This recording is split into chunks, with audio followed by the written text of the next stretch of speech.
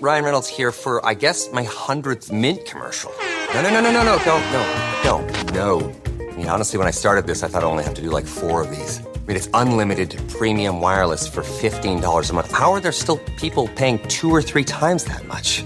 I'm sorry, I shouldn't be victim blaming here. Give it a try at mintmobile.com/save. Whenever you're ready.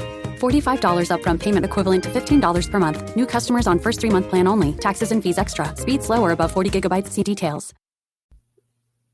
And welcome back to the Skating Penguin Network recap show, back on the air for the first time in this 2024-25 season. This is Robbie, joined by Snail, and, well, that happened. Opening night in Pittsburgh, the Penguins lose 6-0 in about the most typical Penguins fashion as possible. And Snail, it started bad and then just simply got worse for the Penguins against the Rangers on this night. Yeah, it was like if you took like all of the Penguins' bad habits from like the year last year, they were all on full display right off the bat this season, and it's worrisome to say the least. I think that like someone, Robbie, like you and me, actually probably more me than you, I tend to overreact, and then there's people that are like able to find kind of the silver lining in games like these, and the truth of where the Penguins are going to be at this year is somewhere in the middle, I think. But as a fan, as we are members of the media, Robbie, technically, yeah, we like it's like disappointing. I was actually shocked at certain points at what I was watching. It's like I was watching a game from January last year. Yeah, it was about as bad as you possibly could have drawn up for the first game of the season. You like to come into these seasons with some hope and optimism, and I think everybody kind of had that a little bit all day, and even in the days leading up to tonight. And the Penguins just went and extinguished basically all of it. Tristan Jarry was awful, just bad. And again, he's an easy one to pin it on. But this was just a complete team just meltdown from the Penguins. Just from top to bottom, a complete failure of preparedness, just a complete and utter just collapse by the Penguins tonight. Again, we're talking about this like it's like game 7 of a playoff series, but I mean, the Rangers are gonna be a Stanley Cup contender, but the Penguins, after giving up that first goal just a little over 2 minutes into the game, it looked like they had nothing. It looked like a team that, like you said, was playing in January. It was just a game to get through. There was no urgency, nothing, and they just were so bad. And against a team like the Rangers, they're going to kill you like that. If you're like a Shesterkin, you get down early, you give Shesterkin after one period, it was 3-0. That was pretty much signed, sealed, and delivered there. You hope maybe they can do something in the final 40 minutes to kind of give some, breathe some life into that building. They did absolutely nothing. They were just awful from opening puck drop to final horn, and it showed on the scoreboard. The Rangers deservedly won that game 6-0. Okay, yeah, I agree. A couple of things though I want to touch on is, first of all, they flashed it up on the screen. It was on there that the last 4 games Jarry started against the New York Rangers, he's 0-4-0, pulled twice. So yeah, not a lot of confidence going in. And Jarry, like, let's be honest, what Penguins fan has a lot of confidence in Jarry leading up to this season anyways? We talked about him multiple times leading up to this in the offseason. He's somebody that I think that, Dubas, he's our guy. Then there was ways maybe Dubas could have really gotten creative to try to turn Jarry and get some trade him in some aspect or in some way, get rid of him. But then we're left with, are we really going to put all our eggs in the basket in Nedeljkovic? That's a conversation for another day. But it wasn't optimistic going into the game with Jarry. He gives up 4 goals on 11 shots. 1 is taken off the board. Sullivan and his cronies are back up to their old ways, and making these challenges. And oh my God, if that challenge did not go the Penguins' way, if we had a bingo card for everything that goes wrong in Penguins games last year, the bingo card would be full. It'd be, I don't know what that's called when you fill up a bingo card completely. Oh, like it's every space, not is just filled. bingo, but like every space is filled up. It would have been all filled up. So dude, you need, I was waiting for Brian Boucher. He was in between the benches, former goaltender. I was waiting for him to make a comment on it because I'm at home losing my mind. I need someone to justify me. Jari needs to make a save. Some of those goals, I mean, it reminds me of our roller games. It's like so much time and space. There's nothing in between you and the shooter, and it's just going by you. You're like Swiss cheese. Yeah. So ultimately, it's easy to point the finger at Jari because I think in the first period you need a save. You need to mix in a save. After that, it's tough for any team to dig themselves out of a 3-0 hole. But I think with the Penguins being fragile, I think they're a fragile club. I'll come out and say it. Sullivan, I think, used that term last year that they were fragile. I think that with the way that these seasons have gone, when they find themselves in a hole, it's tough for them to dig themselves back out. And I don't think they have the firepower anymore to dig themselves back out. They go 0 for 3 on the power play, Robbie. Another bingo slot filled in there. A shorthanded goal by Chris Kreider. Another bingo slot filled in right there. Jari giving up muffins. The shorthanded goal 0-4 on the power play. The Penguins are penguining. They penguin hard, and maybe the most penguin thing of it all is last season they led the league in shorthanded goals against, and they already have one on the board here in 2024. I mean, the power play, bad. I mean, I don't know. I mean, it looked decent at times. The penalty kill was good, I guess you could say. I mean, yeah, I don't. It's just bad. It was just a bad. I mean, you hope this is one you can just crumple up and throw away. But what's really disheartening is so much of what has doomed the Penguins the last 2 years was present throughout the evening. And whatever the Penguins did do good was just completely undone by somebody doing something just absolutely awful. There's just some players on this team or in the lineup tonight that frankly aren't playable for a serious NHL team. It's just how it is. It is, and again, I don't want to point fingers at anybody, but that starts with Ryan Graves, not good tonight. Crosby, Malkin were not especially good tonight. I mean, nobody was good. There's nobody. If there's any silver lining, it's that Rickard Rakell was the only Penguin not on the ice for a goal against. Which is pretty impressive on a night when you give up 6 goals. So Rakell, he gets a star for just somehow pulling up. How is that mathematically possible? There's only 4 honestly lines. Don't know, especially when like Michael Bunting was -2 and Evgeny Malkin was -2. How Rickard Rakell avoided being on the ice for a goal against is anybody's guess. It's pretty remarkable. He deserves some kind of award for that. So. But everything you saw from the Penguins tonight was everything that doomed them the past 2 years. Just everything. There was nothing that I looked at tonight and said, "Hey, you know what?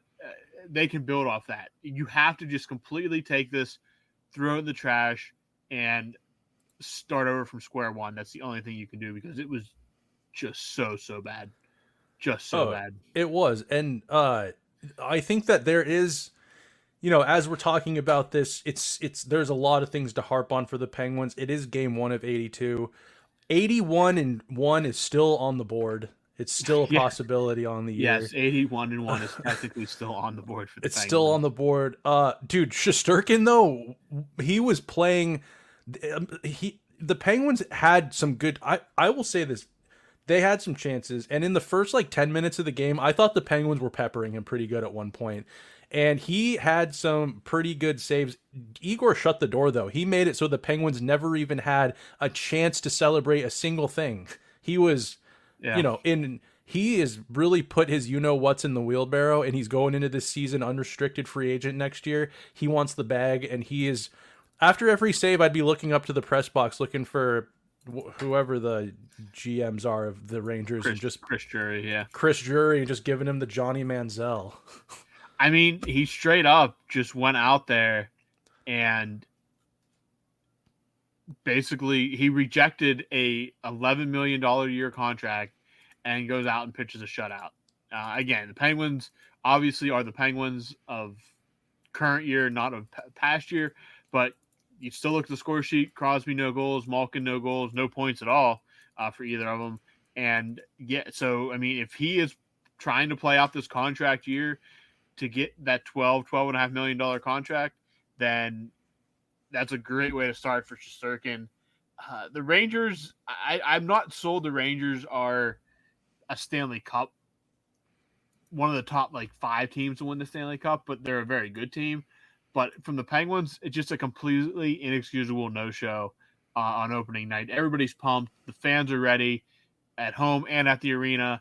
Everybody's hyped, and then we get reality just smacks us in the face. It would have been nice to at least go a week of some hope that the Penguins were a little bit different this year. Yeah, that hope was snuffed out so quickly. But let's be realistic. Robbie, how dumb do I look messaging you before the game started asking who's going to be the first goal scorer? I mean, I think everybody was putting their bets down. You kind of expect at home, first game of the year, juice coming, the juice is flowing, you're all rested, healthy, and then you drop a goose egg in the opener. I mean, I think we all had our hopes of our guesses of who was going to score the first goal of the Penguin season, and now we have to wait until Thursday night to see if they can break the goose egg then, because I said Michael Bunting. You said, did you say? I said Kevin Hayes. Kevin Hayes. It always feels like the first goal of the year is by some rando. I remember back in 21, it was Mark Jankowski who scored the little first goal of the entire NHL season that year, which was one of the funniest, just one of the funniest, little trivia facts I store in my brain. Yeah, that is funny. Yeah, it's just one of those things. But I mean, yeah, if you're gonna say anything good, the penalty kill did its job. I think some guys were decent. I think St. Ivany was fine. Mm-hmm. I think McGroarty acquitted himself well in his first game. That third line, at least in the first period, I thought was by far the best line, and actually looked like that third line has a pulse for the first time in I thought seasons. Eller might have been the best looking player out there tonight. Yeah, I mean, Eller, say what you will about him, the dude he's just solid every night. He's a solid hockey player. Yeah, even at this age, he's just solid. And again, if the Penguins are going to be in a position to sell at the trade deadline, the better Lars Eller looks throughout the season, the better that return's going to be, because no, we're already talking about Lars Eller returns on game one. We're talking about Lars Eller return on game one. On our season preview with Hunter, he mentioned, I forget, Ben Sherratt went for a first round pick a couple years ago. You don't know what GMs, if you get a desperate GM, you don't know. But I'm going to try to stop the trade deadline talk there. But I think Puljujarvi carried over most of his form. I thought he was pretty okay. I thought that entire third. So too. I think the third line was fine. If that third line plays like that, the results are going to come. I mean, again, they were in a bad position going down that early. They're not the line you want to rely on to pull you back, obviously. So they're kind of put in a tough spot. And Shesterkin. He's just that good. But no, I thought the third line acquitted itself well. I hope that we get extended looks at that trio going forward here. But they got to turn it around. You can't come out. You got to do something on Thursday night in Detroit. I know that you're tired. You're coming off, but again, a back-to-back this early shouldn't affect you as much as a back-to-back in February. You should be ready to go. You don't have a long trip. You're only going from Pittsburgh to Detroit. That's maybe an hour flight. That building's going to be rocking as well. But you got to show up tomorrow night later tonight, depending on when you listen to this. You got to show up, because this is your only home game until later into next week. You have to go to Toronto and Montreal after Detroit. So you got to show something. I'm guessing we're going to see Joel Blomqvist. That's what I was just going to ask you. We better see Joel Blomqvist against Detroit. Either that or we're already mailing it in if we're going back to Jari for a second game in a row. But Joel Blomqvist deserves to make his NHL debut. I do not want to. Don't even show Jari on the bench tomorrow. I can't look at. It's too early already, and I'm sick of looking at Sullivan and Jari every time they pan over to the bench with those big glasses on. I will forever, in 20 years, I'll remember the years Sullivan. I'll never forget watching his first game as a coach. I will never forget just the class he conducts his interviews with, and how he speaks of these Hall of Famers, and how I'll forever be grateful. But right now, with the way things have been, I associate too many flaws with the Penguins with him. Same with Jari. Give me Blomqvist tomorrow. I give the kid a chance. This is why, I think it's a little too early, I think, for Blomqvist. You'd like to ease him into the NHL maybe in a little bit better, but hey, we'll see what the kid's made of tomorrow. I think that, I put the Detroit Red Wings in a similar, I would put them, they're going to be competing with the Penguins for a wild card spot. I think that I have them projected competing for, I don't see them there. I don't think they're good enough to be leading the Atlantic by any means. I think that they're going to be competing for a wild card spot. So they need to pick themselves up off the mat. It's going to be tough, but luckily you don't have too much time to dwell on this loss. And I think that this will be a better measuring stick for the Penguins as far as whatever the outcome is tomorrow. I think is a more realistic measuring stick as to where the Penguins are kind of at in its game 2. Yeah, I mean, again, if they come out there tomorrow and Blomqvist delivers a win, I mean, you got to ride that, I think. But again, we'll talk about that after we see how that plays out. Obviously, the plan was Nedeljkovic to be backing up, which I'm sure everybody would feel much better about. But hey, you can't predict injuries. And Joel Do you think Ned would have started tonight? No, I think it was Jari. Man alive. We talk about how the season ended last year with Nedeljkovic getting that final meaningless game. I don't know what that says if you come back this year and Nedeljkovic is starting your first game at home. If it was an away game, maybe it's a little bit different if the games were flopped. But, I mean, the Red Wings are on deck now, and we've mentioned this probably, limitless times last year, that, this is the second game of the year, but the Red Wings are a team you're going to be competing with for a wild card spot. You got to get wins in these games even now. It's a huge, especially coming off a game like that. It's a huge boost. It sends you into this little road trip with some positive energy, kind of gets that taste out of your mouth from the opener against the Rangers. But you just got to, suck it up and deal with it and forget about it. These are professional hockey players, and we hope that tomorrow night when we sit down, we're singing a different tune, that's for sure. Yeah, I hope so too. Even if, no matter what the outcome is necessarily tomorrow, you just hope that the game looks better. And I think that that's a realistic expectation for tomorrow.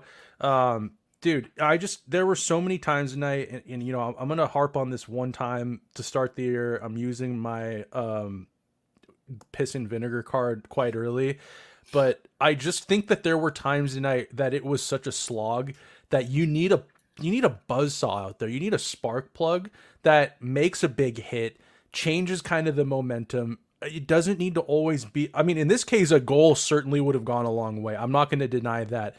Winning, getting into fights doesn't put points on the scoreboard. Garrett used to always say that, and I hate that I'm using that line, but I just wanted to let you and the listeners know that I understand that.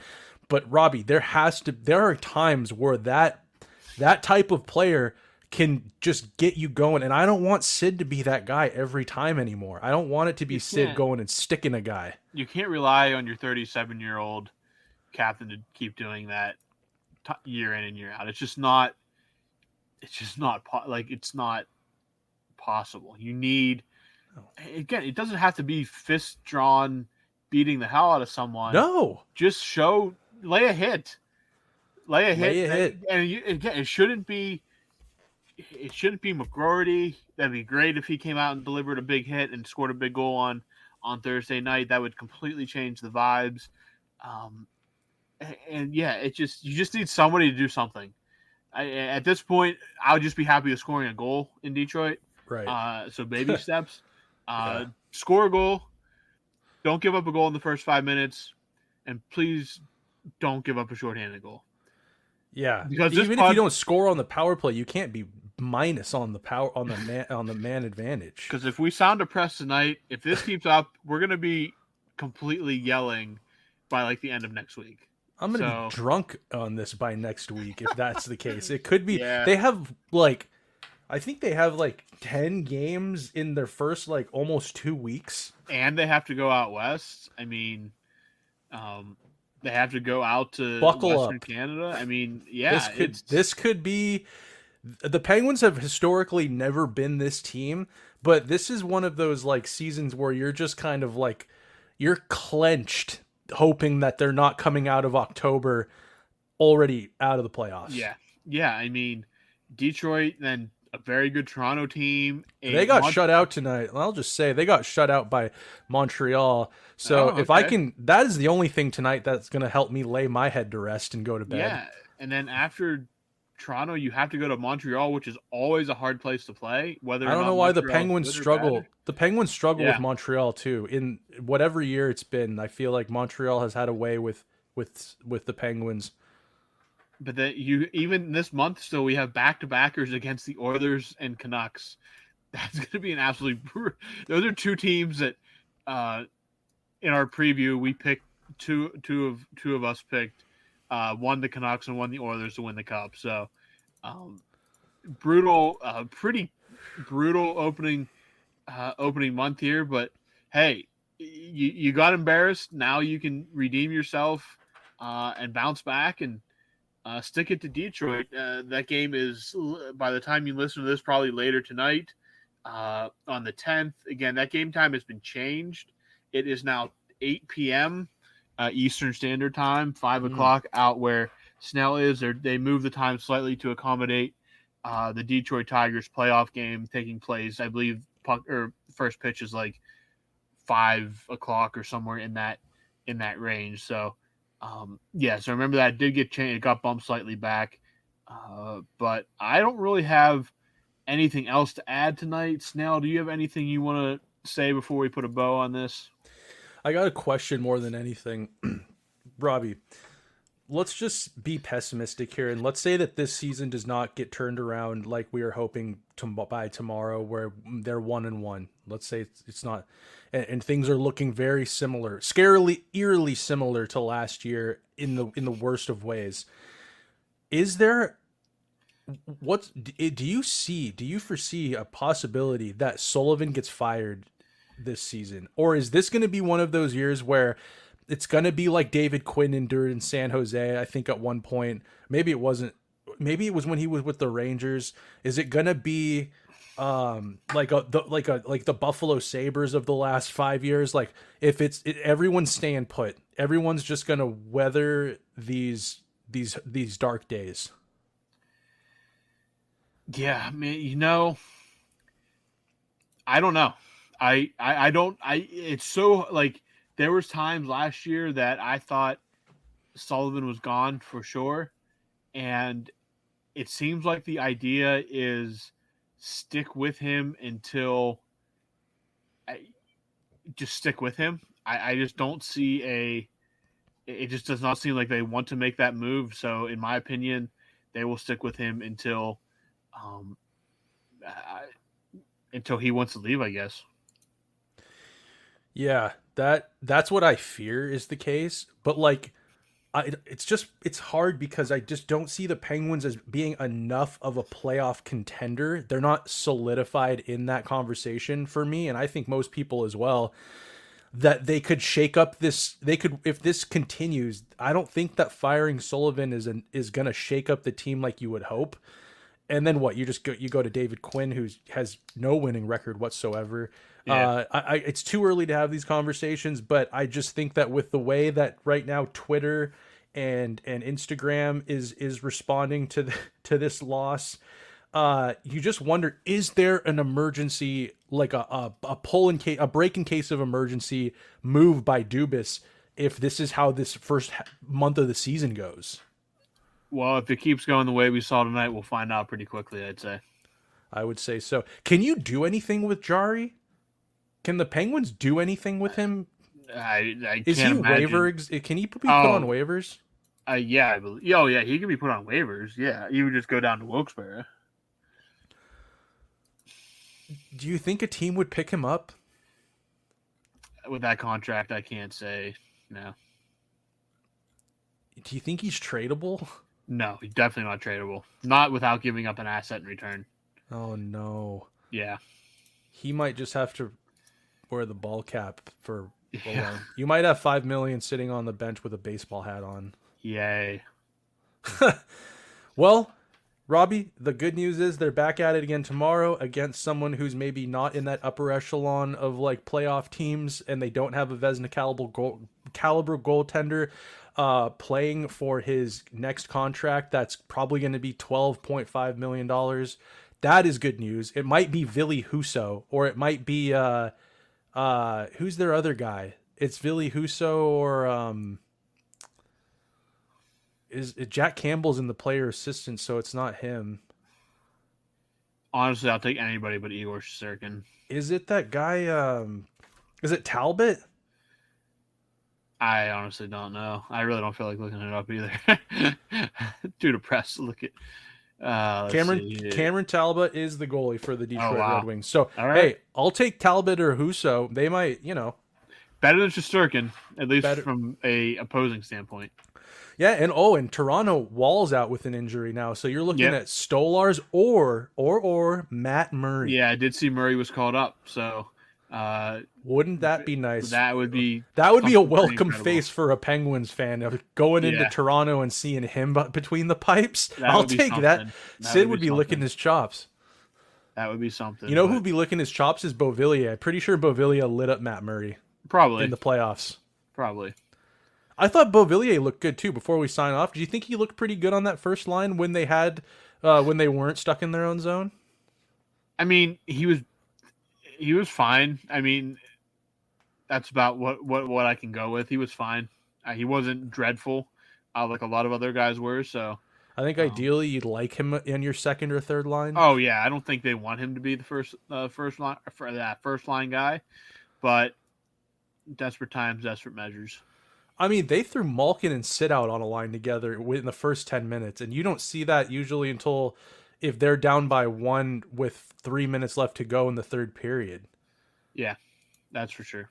Whew, that was dark. I think that game has taken a lot of us to a dark place, but we're back at it tomorrow. That's all I got, Robbie. All right. As Snail said, we will be back tomorrow with a recap of the Red Wings game. Penguins dropped this first home opener to the Rangers 6-0. Not much good to talk about, but hopefully tomorrow night when we're back at it, there will be something more cheerful to discuss. So for Snail, I'm Robbie. We'll talk to you guys on Thursday evening.